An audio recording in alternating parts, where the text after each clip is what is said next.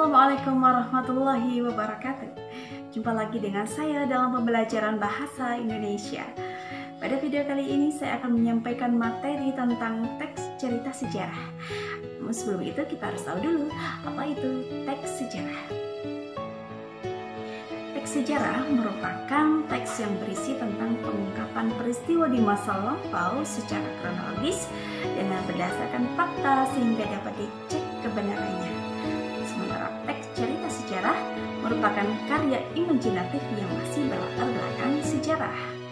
Artinya, teks sejarah bersifat non-fiksi, sementara teks cerita sejarah merupakan karya fiksi. Adapun struktur dalam teks cerita sejarah, yang pertama adalah orientasi.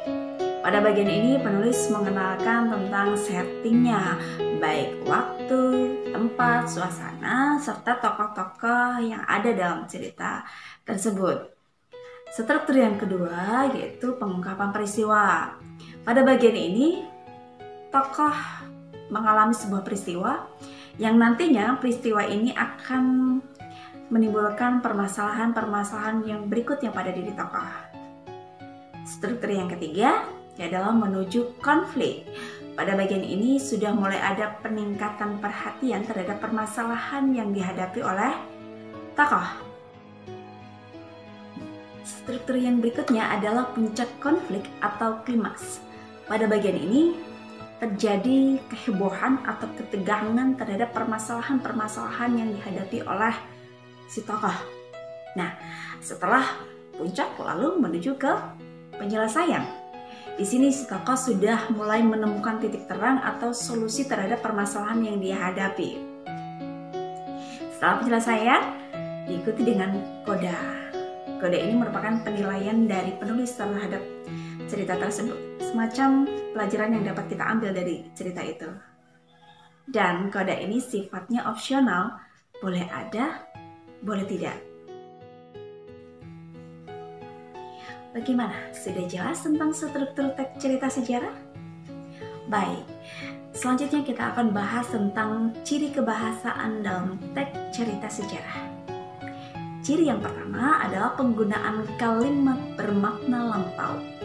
Contohnya, prajurit-prajurit itu telah menyelesaikan tugasnya dengan baik. Di situ ada kata telah. Telah berarti itu sudah terjadi, sudah selesai. Itu yang menunjukkan bahwa kalimat itu bermakna lampau. Kemudian ciri yang kedua adalah penggunaan konjungsi kronologis dan temporal.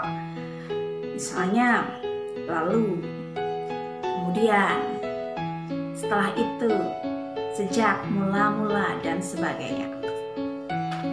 Ciri yang ketiga adalah penggunaan kata kerja material. Kata kerja merupakan kata yang menunjukkan sebuah tindakan. Material artinya bisa dilihat oleh indera penglihatan kita. Misalnya, berjalan, berdiri, duduk bersimpuh, dan sebagainya. Jadi berikutnya adalah penggunaan kata kerja mental. Berbeda dengan material. Kalau material bisa dilihat dengan indera, sementara kata kerja mental adalah kata kerja yang hanya bisa dirasakan atau dipikirkan. Jadi tidak bisa dilihat dengan indera kita. Misalnya, mengharapkan, memikirkan, mencintai, dan sebagainya. Ciri kebahasaan yang berikutnya adalah penggunaan kata kerja yang menyatakan kalimat tidak langsung. Ya, jadi dalam bahasa Indonesia itu ada kalimat langsung, ada kalimat tidak langsung. Kalimat tidak langsung artinya kita menceritakan ujaran atau tuturan orang lain. Misal,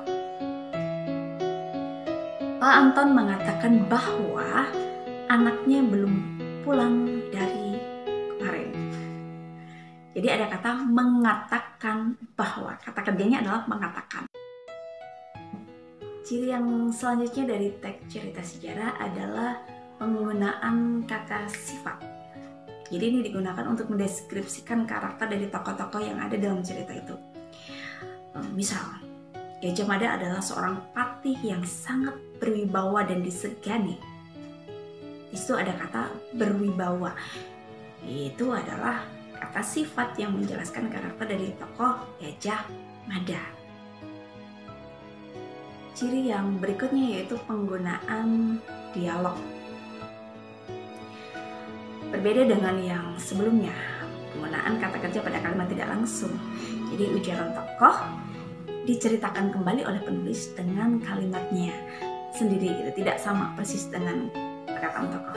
Sementara dialog ini adalah ujaran langsung dari si tokoh yang diceritakan oleh penulis dengan sama persis, dan cirinya menggunakan tanda petik. Dialog ini merupakan ciri khusus yang kita temui pada teks cerita sejarah dan tidak akan pernah kita temui dalam teks sejarah yang non-fiksi.